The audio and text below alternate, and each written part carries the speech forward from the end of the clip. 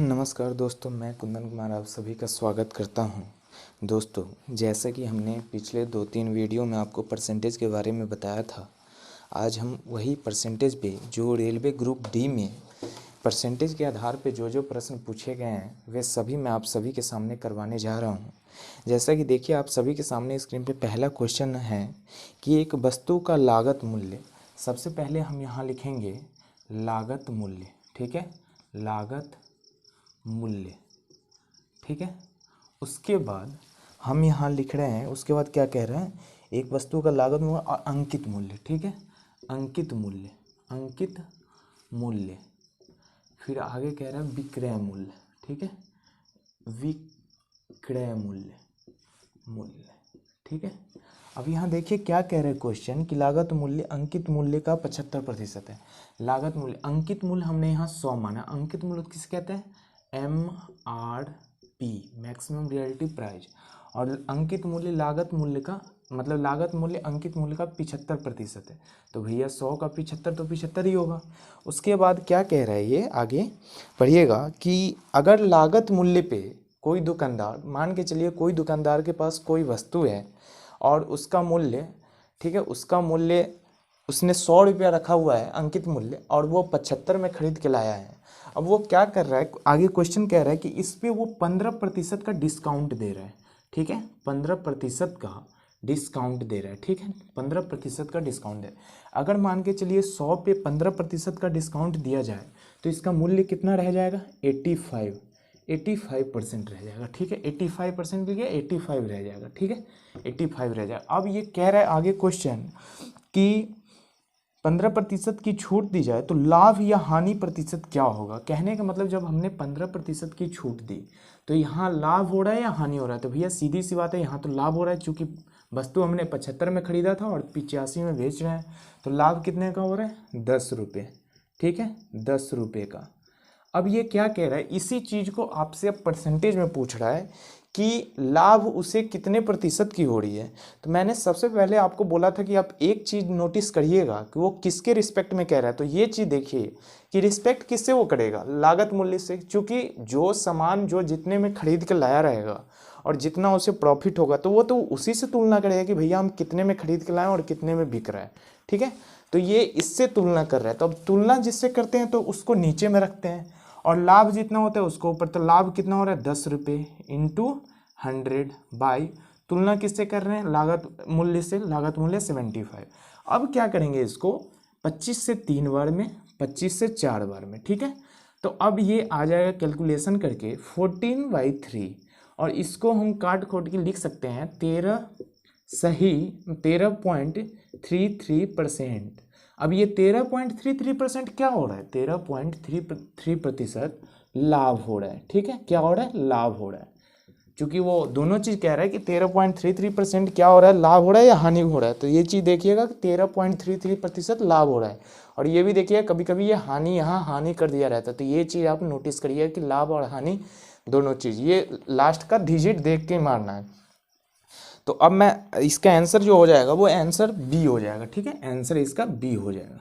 अब क्वेश्चन एक बार मैं फिर से आपको रिपीट कर देता हूँ कि अगर किसी वस्तु का अंकित मूल्य मान के चलिए 100 रुपये है, इस पे इसका लागत मूल्य इससे 25% कम है, ठीक है, 25% कम है, ठीक है, 25% कम है। तो 100 पे 25% कम करेंगे तो 75 आएगा।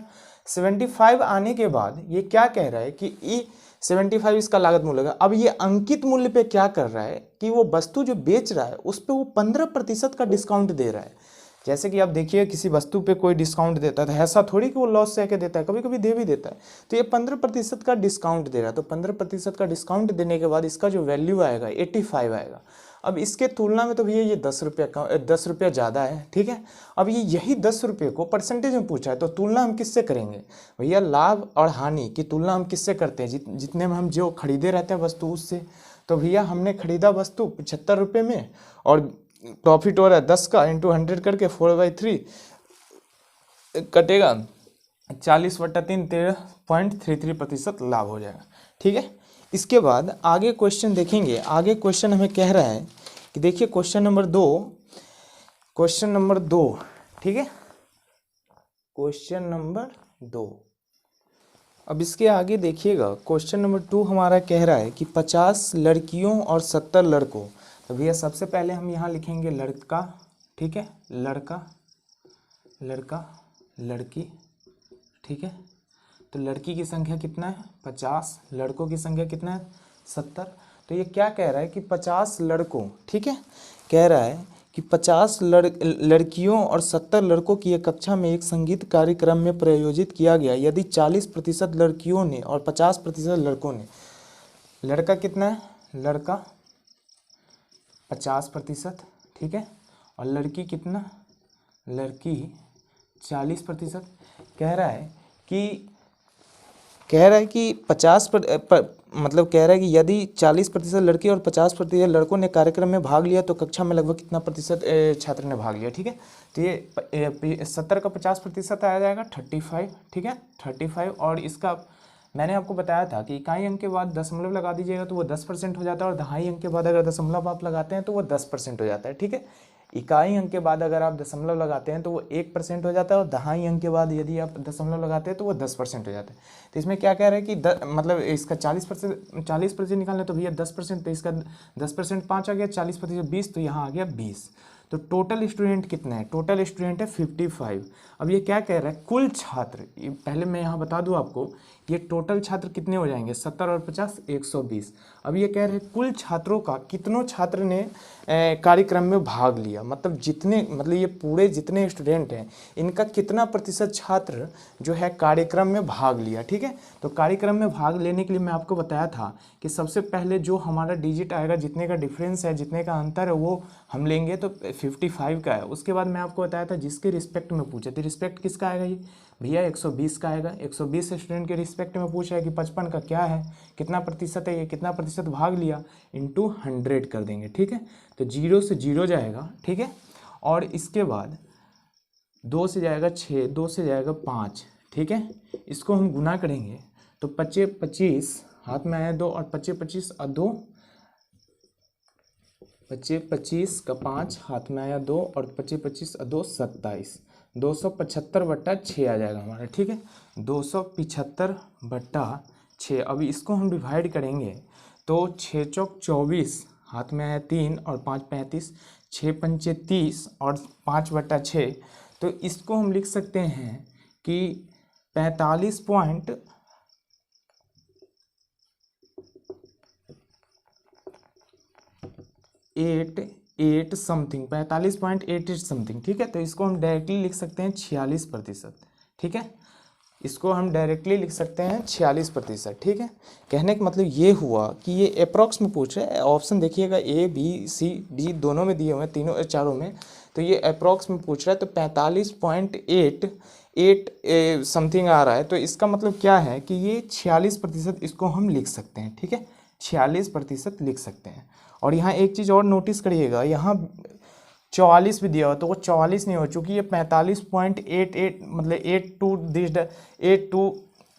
45.83 है, तो इसको हम 45 नहीं कर सकते हैं, इसको हम 44 नहीं कर सकते, इसको हम 46 कर सकते हैं, ठीक है। तो इसका आंसर आ जाएगा ए, ठीक है, इसका आंसर आ जाएगा ए।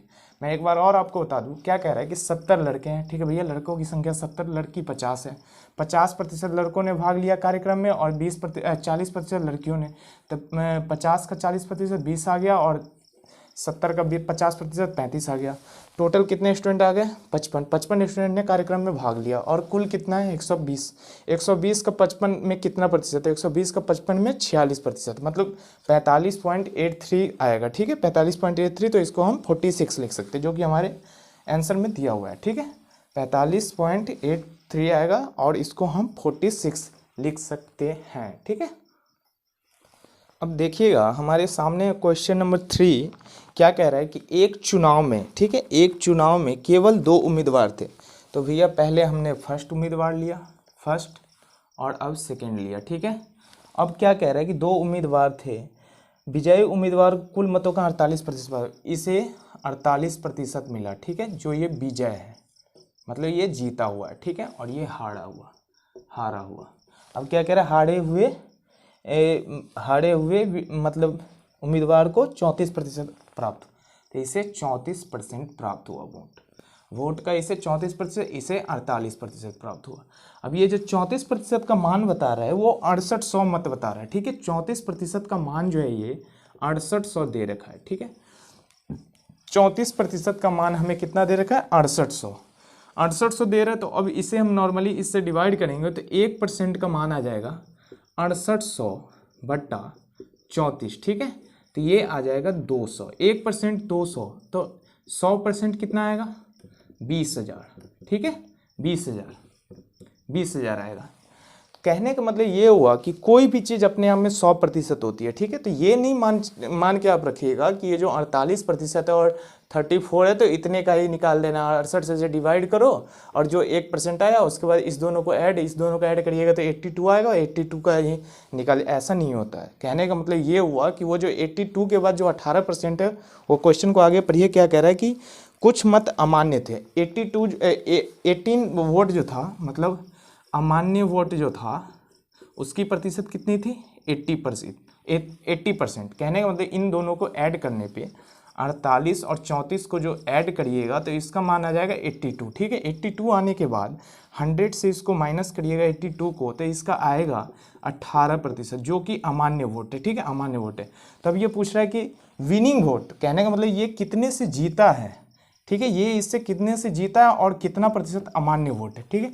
तो भैया 1% का मान तो आ गया यहाँ 200, ठीक है।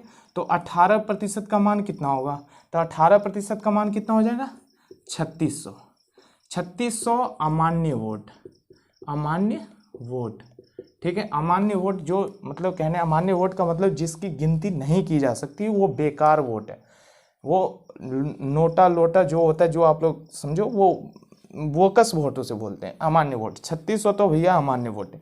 अब क्या करें, इन दोनों का डिफरेंस, मतलब ये कितने से जीता है, तो 34 और 48 का डिफरेंट करिएगा तो 14% का आएगा भैया। इसमें इस 48 में से 34 को घटाइएगा तो 40% आएगा। और यहाँ देख रखे हैं कि 1% का मान हमें दे रखा है 200, तो 14% का मान कितना होगा, 2800, ठीक है, 2800। अब ये क्या कह रहे हैं, इन दोनों का पूछ रहा है कि विनिंग वोट और अमान्य वोट का पूछ रहा है।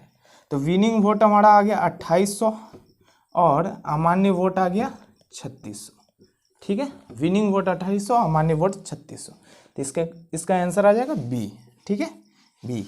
मैं एक बार और आपको बता दूं कि देखिए क्या कह रहा है कि एक चुनाव में 2 उम्मीदवार है भैया, रिजल्ट 2 ही आता है, या तो एक जीतता है या एक हारता है, तो 2 ही तो रिजल्ट आता है। तो इसमें क्या कह रहा है कि एक चुनाव में 2 उम्मीदवार है, एक उम्मीदवार को तो भैया 48% हुआ प्राप्त।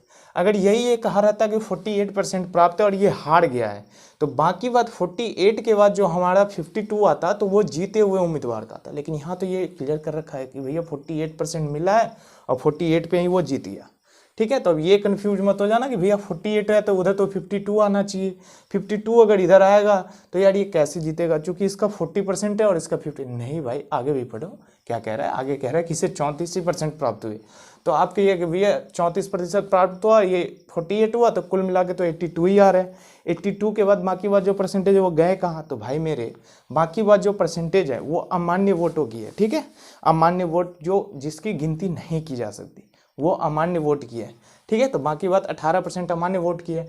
तो ये 34 का मान हमें दिया हुआ है 68%, तो यहाँ से हम इजीली निकालेंगे 1% का मान। 1% का मान 200 आ रहा है, 100% का मान हमारा 20,000 आ रहा है, ठीक है। तो ये कितना वोट इसे प्राप्त हुआ, 9600। 4800 को 200 से गुना करिए 9600, इसे 6800 प्राप्त हुआ। और अमान्य वोट हमारा 18% है, तो 18% को 2 से गुना करिएगा 3600, और ये 9600 इसका जो आएगा, या फिर सीधे इसके परसेंटेज से भी आप डिफरेंस करके निकाल सकते हो। चूँकि देखिए इसका दोनों का परसेंटेज डिफरेंस 40% आ रहा है, और 40% को अगर हम 200 गुना करते हैं तो 2800 आता है, ठीक है। या अगर आप एक और कर सकते हैं कि 48% को 200 से गुना करिएगा तो ये आ जाएगा 9600, ठीक है।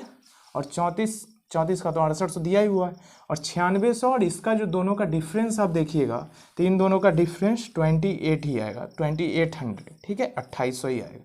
तो इसका क्वेश्चन का आंसर हो जाएगा, क्वेश्चन आंसर बी, ठीक है, क्वेश्चन आंसर बी। देखिए अगला क्वेश्चन नंबर 4 हमारा क्या कह रहा है। क्वेश्चन नंबर 4 कह रहा है कि एक संख्या में 40% की वृद्धि की जाए, ठीक है भैया। चलिए मैं आपको फर्स्ट और सेकंड करके ऐसे करके बता देता हूँ ताकि आपको दिक्कत ना हो। ये फर्स्ट है, फर्स्ट इसका मान क्या है 100, ठीक है। फर्स्ट का मान 100 है। अब इसमें क्या करना है, 40% की वृद्धि की जाती है। तो भैया इसका 40% वृद्धि करो, 140 आ जाएगा। ये इसका सेकेंड वैल्यू आ गया। मैं देखिए फर्स्ट और सेकेंड करके इसलिए बता रहा हूँ ताकि आप समझ पाए, नहीं तो मैं डायरेक्टली भी अगर ऐसे कर रहा हूँ ना तो आप समझ नहीं पाओगे कि यहाँ क्या हो रहा है, ठीक है। तो ध्यान में आप ये रखना कि फर्स्ट में क्या कह रहे हैं, फर्स्ट में हमने यहाँ 100 लिया, उसके बाद सेकेंड में अब सेकेंड स्टेप कह रहा है कि 40% की वृद्धि, ठीक है, 40% की वृद्धि। तो इसका 140 हो गया। अब आगे पढ़िएगा, उसके बाद फिर 40% की कमी की जाती है। थर्ड स्टेप में क्या किया जाता है, यहाँ हमने लिया थर्ड स्टेप, ठीक है, थर्ड स्टेप। अब इसमें क्या करना है, 40% की भैया कमी कर दो, ठीक है। 40% की अगर हम इसमें कमी करेंगे तो 140 का अगर मैं आपसे कहूँ कि 40% कितना होता है, 140 का 40% बराबर हो 8। तो ठीक है, तो इसे कुछ नहीं, ईजिली आप करो कि इकाई अंक के बाद आप दशमलव लगा दो, ठीक है। इकाई अंक के बाद दशमलव लगाने के बाद क्या होता है कि इकाई अंक के बाद, एक मिनट,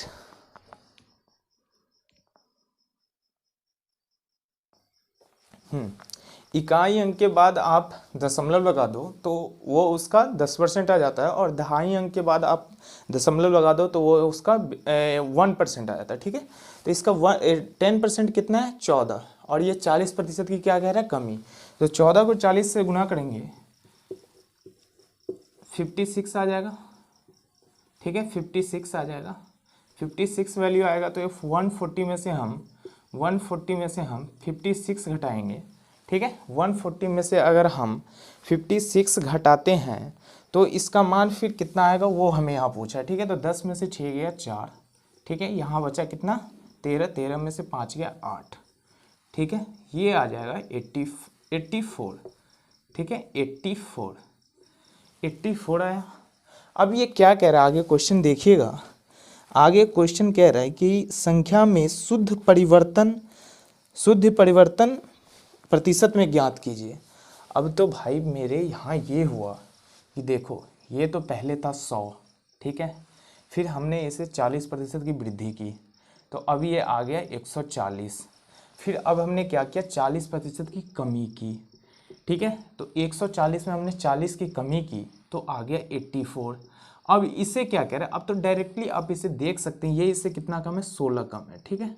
अब ये क्या कह रहा है कि शुद्ध कमी कितनी है भैया इसकी तुलना में। तो मैं एक चीज़ आपको बताया था कि आप एक चीज़ देखिए कि तुलना किससे कह रहा है, ठीक है।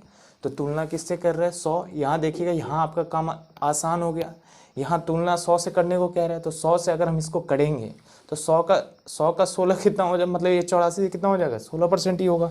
तो कहने का मतलब ये हो गया कि यहाँ 16% की कमी, ठीक है, 16% की कमी, ठीक है, जो कि इसका आंसर डी हो जाएगा, ठीक है, इसका आंसर डी हो जाएगा, ठीक है, इसका आंसर डी हो जाएगा। मैं एक बार और आपको बता दूं कि एक संख्या हमने लिया, उसका मान 100 है, ठीक है, उसका मान 100 है, फिर हमने उसमें 40% की वृद्धि की, 40% वृद्धि करने के बाद 140 हो गया।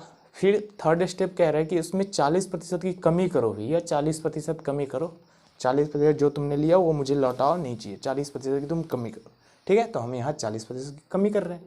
तो एक चीज़ देखने को मिल रहा है, जब हम 40% की वृद्धि किए तो भैया 140 आ गया। अब 140 हम इसी पे, ना कि इस पे करना है भाई, 140 इसमें करेंगे, ठीक है। कुछ बच्चे कन्फ्यूज हो जाएंगे कि 140 कहाँ कर, मतलब फिर 40% की कमी हम इसमें तो ना कर दे ना भाई, ना इसमें मत करियो, ना तो ये 60 आ जाएगा, ठीक है, जो कि गलती हो जाएगा, इसमें नहीं करना, 60% आ जाएगा, ये गलती हो जाएगा। फिर हमें 40% की कमी जो है ये इस पे पूछ रहा है, सेकेंड स्टेप पे पूछ रहा है, इसलिए मैंने आपको ये फर्स्ट और ये सेकेंड और फिर ये थर्ड करके बताया, ठीक है। मैं इसलिए ये फर्स्ट और सेकेंड और थर्ड करके बता रहा हूँ ताकि आपको पता चले कि पहला स्टेप में तो 40% की वृद्धि किया तो हम सेकेंड स्टेप पे आए, फिर अब सेकेंड स्टेप पे कह रहा है 40% कमी, तो थर्ड स्टेप पे आया, तो थर्ड स्टेप पे आने के बाद इसका मान आता है 84, और 84 आया, 16 की कमी है, और ये परसेंटेज पूछ रहा है तो इसका 16% ही कम होगा, ठीक है, 16% कम होगा।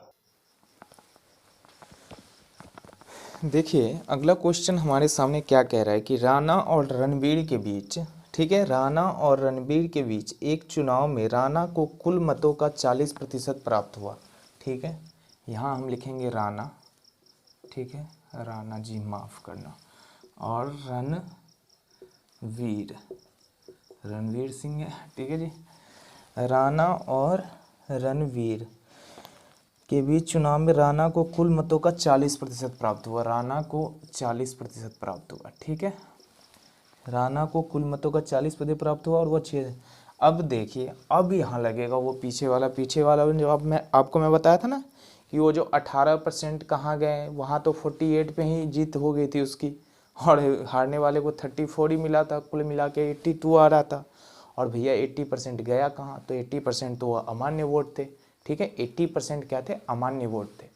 अब यहाँ देखिए, अब इसलिए मैं ये क्वेश्चन इसी से रिलेटेड दूसरा लाया हूँ कि आपको एग्जैक्टली समझ में आ जाए, ठीक है। तो इसमें क्या कह रहा है, अमान्य वोटों की कोई जिक्र है ही नहीं, ठीक है। तो अमान्य वोटों की जिक्र नहीं है, तो राणा को जब 40% प्राप्त हुआ तो भैया रणवीर को कितना प्राप्त होगा, 60%। रणवीर को कितना प्राप्त हुआ, 60%। अब क्या कह रहा है कि यदि वो 6000, कितना कह रहे हैं, 6000 या 60,000, 60,000, तो 60,000 मत से भाई ये 60,000 मत, ये 60,000 मत से हार गया, तो भाई इन दोनों के बीच का डिफरेंस कितना है, 20%, ठीक है। 20% इन दोनों का बीच का डिफरेंस है, और ये हारा कितने से है, वो कह रहा है हारा कितने से भाई, 60,000 का, 60,000 से हारा है, ठीक है। अब कह रहा है कि कुल मतों की संख्या ज्ञात कीजिए, तो इजीली निकल जाएगा, या तो इसे काट खोट करो, नहीं तो भाई सीधी सी बात है, इसको क्या करो,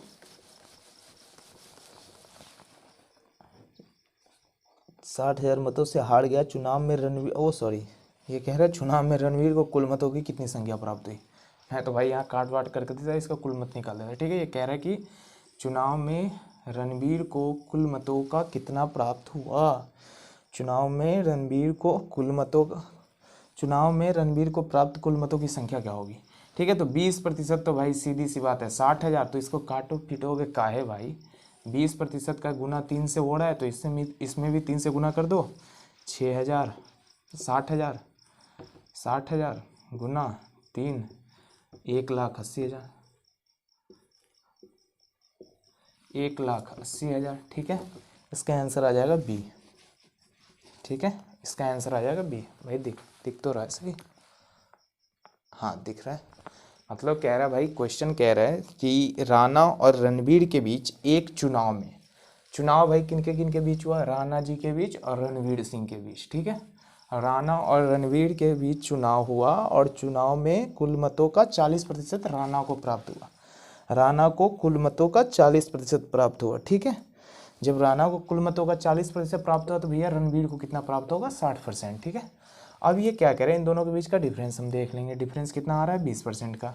जब डिफरेंस 20% का आ रहा है, और इसका 20% का मान हमें दिया हुआ है 60,000, अगर कुल मत हमें निकालने होते तो डायरेक्टली 20 को 5 से गुना करेंगे भाई मेरे, तो 100 तो आएगा, 100 से आएगा, इसमें भी 5 से गुना कर देंगे, 60,000 में जब 5 से गुना करेंगे तो इसका वैल्यू कितना आ जाएगा, 3 लाख, 3 लाख, ठीक है। यानी कुल कितने मत पड़े थे, 3 लाख, 3 लाख में रणवीर को कितना मिला, 1,80,000, राणा को कितना मिला, ठीक है, 2, राणा को कितना मिला, कुल मत पर क्या कह रहे हैं, हाँ कुल मत रणवीर को पड़े 18,000, 1,80,000, ठीक है, 1,80,000 रणवीर को मिले, ठीक है। अब राणा को कितने मिले, राणा को मिले, ठीक है, इसको इजीली देख लेना है कि 60,000 गुना 2 बराबर कितना आ जाएगा, 60,000 को 2 से गुना है, 6 दूना 12, 1,20,000 राणा को मिले, और 1,80,000 रणवीर को मिले, तभी तो वो विजय हो गया ना, विजय हो गया, ठीक है। देखिएगा अगला क्वेश्चन हमारे सामने कह रहा है कि एक दुकानदार को एक वस्तु 360 रुपये में बेचने पर उसे 10% की हानि होती है, ठीक है भैया। तो यहाँ पहले वो बेचा कितने में, 360 में, बेचा 360 रुपये में, ठीक है, 360 रुपये में। अब क्या कह रहा है कि उसे 10% की हानि होती है, हानि कितने की हुई, 10% की, ठीक है, 10% की हानि। अब वो कह रहा है कि 10% हानि होती है तो उसे 30% लाभ प्राप्त करने के लिए उस वस्तु का विक्रय मूल्य क्या रखना पड़ेगा? 30% लाभ, 30% लाभ, 30% लाभ के लिए इसका मूल्य क्या रखना पड़ेगा? तो सबसे पहले हमें ये देखना है भाई, सबसे पहले हमें ये देखना है कि हानि कितने की हो रही है? 10% की। जब ये 360 रुपये में बेच रहा है, बेच कितने में रहा है? 360 रुपये में। जब ये 360 रुपये में बेच रहा है तो इसे 10% की हानि हो रही है। मतलब सवाल समझिएगा, जब ये 360 रुपये में बेच रहा है तो इसे 10% की हानि हो रही है। तो 10% की हानि कहने का मतलब, जब हम 100 रुपये की कोई वस्तु खरीदते हैं, खरीदे 100 रुपये में, ठीक है, और इसमें 10% की हानि हो रही है, ठीक है, 10% की हानि, तो भैया ये कितने में बिक रही है? 90 में। जब इसमें 10% की हानि होगी तो भाई ये बिकेगा कितना में? 90 में।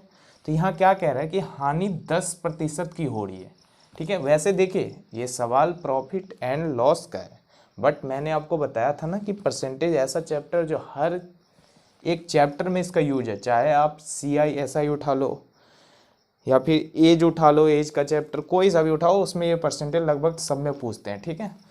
तब यहाँ क्या कह रहा है कि 10% की हानि, तो 10% की हानि अगर हम 100 में करते हैं तो भाई 90 आ रहा है, और 90 का मान कितना दिया हुआ है?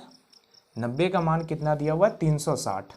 तो 90 का मान जब हमें दिया हुआ है, 90 बराबर 360 दिया हुआ है, तो हम 100 का मान नहीं निकाल सकते भाई? 90 का मान, जब 90% का मान 360 दिया हुआ है तो इसे ईजिली डिवाइड करेंगे तो 1% का मान 4 आ जाएगा, ठीक है।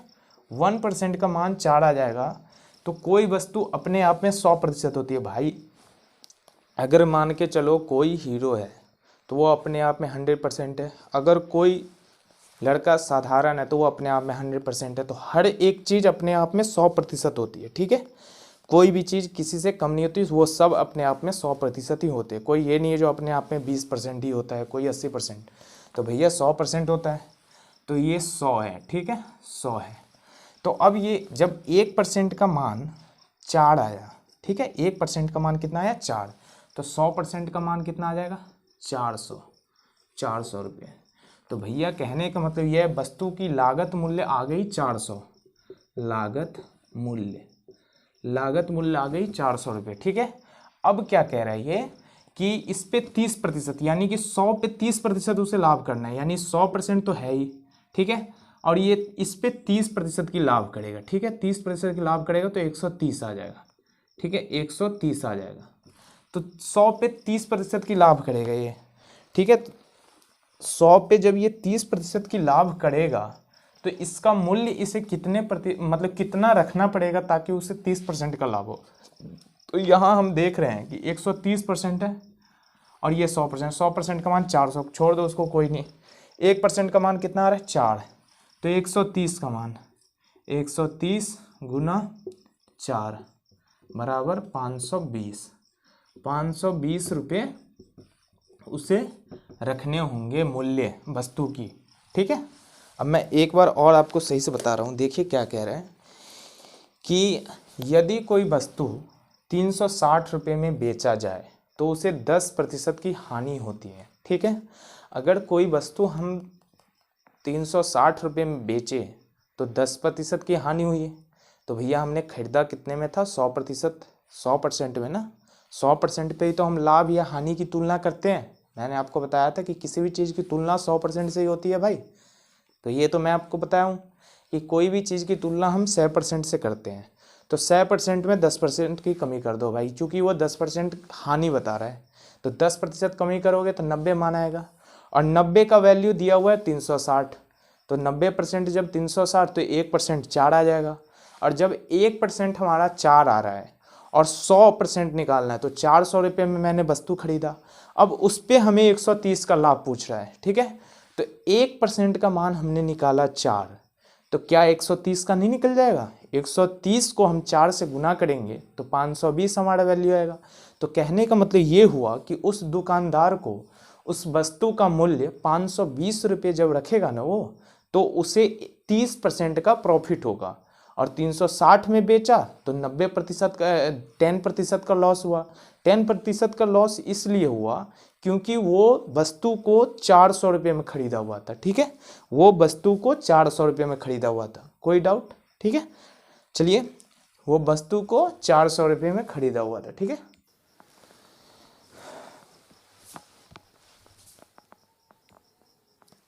दोस्तों अगला क्वेश्चन हमारे सामने है। मैं एक और उसी टाइप का मैं आपको बता रहा हूँ कि एक वस्तु को 138 रुपये में बेचने पर, एक वस्तु को 138 रुपये में बेचने पर एक दुकानदार को 8% की हानि होती है। हानि कितने की हुई भाई? 8% की। ठीक है, 8% की हानि हुई। अब अगर उसे 4% का लाभ चाहिए, लाभ कितने का चाहिए? 4% का, तो इसका मूल्य क्या होगा? कहने का मतलब ये हुआ, कोई वस्तु अगर हम 138 रुपये में बेचते हैं और उस पर हमें 8% की हानि होती है, तो हमें 4% का लाभ प्राप्त करने के लिए हमें क्या करना पड़ेगा? तो भाई मैं आपको एक बात बता दूं कि मैंने पिछले में आपको बताया था कि कैसे करना है। अब मैं इसमें एक शॉर्ट तरीका बताता हूँ आपको कि देखिए क्या है। 138 आप कर लो यहाँ, ठीक है, 138 रुपये, और लाभ कितने का कह रहे हैं? 104 का इंटू 104। उसके बाद क्या कह रहा है कि 8% की हानि पे, ये 138 किसका मान है? 92% का, तो यहाँ हमने 92 लिखा। ठीक है, अब इसको अगर हम डिवाइड करते हैं तो ये 23 से जाएगा 4 बार में। ठीक है, और ये 23 से जाएगा 6 बार में। ठीक है, 23 से जाएगा 6 बार में। ठीक है, ध्यान रखिएगा, मैं फिर से बताऊंगा आपको। उसके बाद ये 4 से जाएगा, 4 दूना 8, ठीक है, और 6 चौक 24। ठीक है, 6 चौक 24। अब इसको 26 को हमें 6 से गुना करना है। ठीक है, तो 26 को 6 से गुना करेंगे तो 156 आएगा। ठीक है, 156 आएगा, जो कि हमारा इस क्वेश्चन का आंसर आएगा। ठीक है, आंसर नंबर बी। कहने का मतलब ये हुआ कि देखिए, मैं तो आपको वो भी मेथड आपको इस पे बताता हूँ मैं, लेकिन मैं आपको सीधे से बताया कि सीधे से कैसे करना है। कि 138 तो भैया हमें दिया हुआ है। ठीक है, 138 हमें दे दिया हुआ है, 138 मूल्य दिया हुआ है। उस पर हम अगर किसी वस्तु को बेचे तो हमें 8% की हानि हो रही है। तो ठीक है, वो 138 जो है वो 92 का मान है। ठीक है, 92% बराबर 138। तो हमने क्या किया, हमें पूछ किस में रहा है? 4% का लाभ पे। मैंने आपको क्या बोला? कोई वस्तु अपने आप में 100% होती है। ठीक है, 100% होती है। अब वो 4% का लाभ कह रहा था, 104 चाहिए हमें। चूंकि हमें 4% का लाभ कह रहा है, 100 में तो भाई मैंने खरीदा था, 4% का लाभ कह रहा था 104, तो 104 हमने ऊपर ले लिया।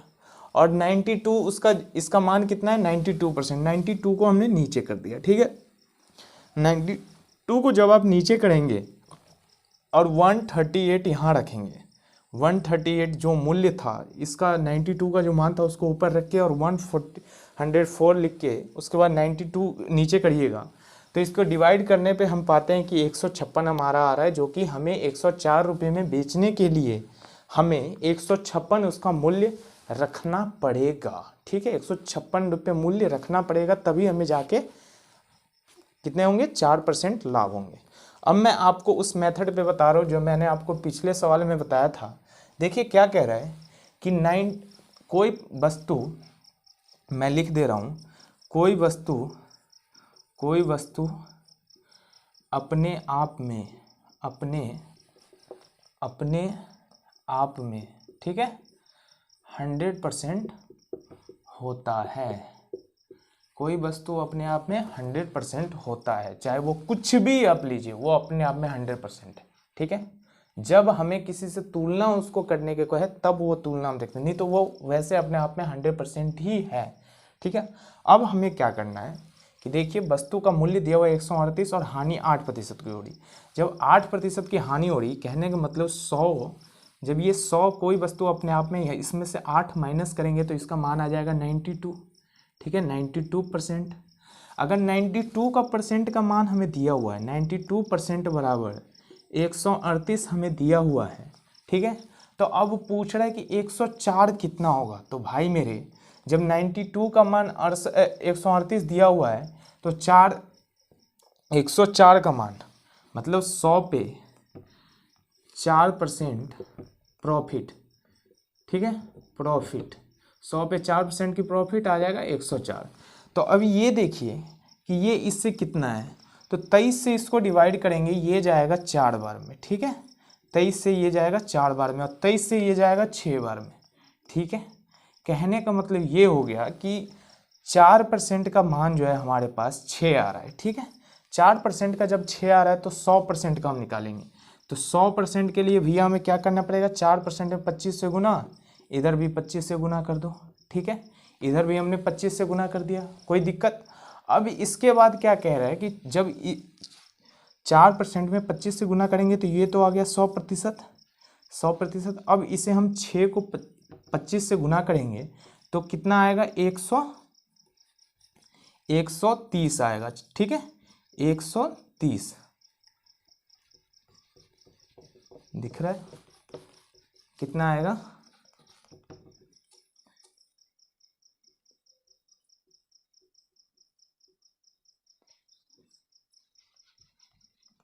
सॉरी 150 आएगा, ठीक है।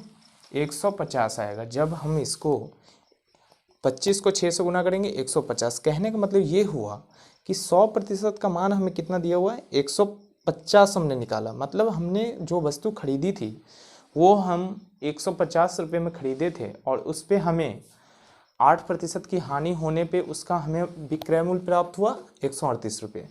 तो अब क्या है कि हमें 100% का मान अगर पूछ ले तो 100% हमने वस्तु भाई खरीदा कितने में, 150 में। अब ये क्या कह रहा है कि 150 पे हमें 4% का प्रॉफिट चाहिए, ठीक है। तो 150 पे 4% तो भैया 150 है, इसका 4% मैंने आपको बोला था इकाई के बाद 0 लगाओ, और तो 10%, दहाई के बाद 0 लगाओ तो 1%, तो 1.5 इंटू 4, ठीक है। तो आ जाएगा 6, यानी कि 156 रुपये, 156 रुपये प्रॉफिट के लिए चाहिए, ठीक है। नहीं तो आप सीधे से शॉर्ट सा ये भी कर सकते हो, ठीक है। इसका क्वेश्चन का आंसर आ जाएगा बी, ठीक है। ठीक है, मिलते हैं नेक्स्ट वीडियो में।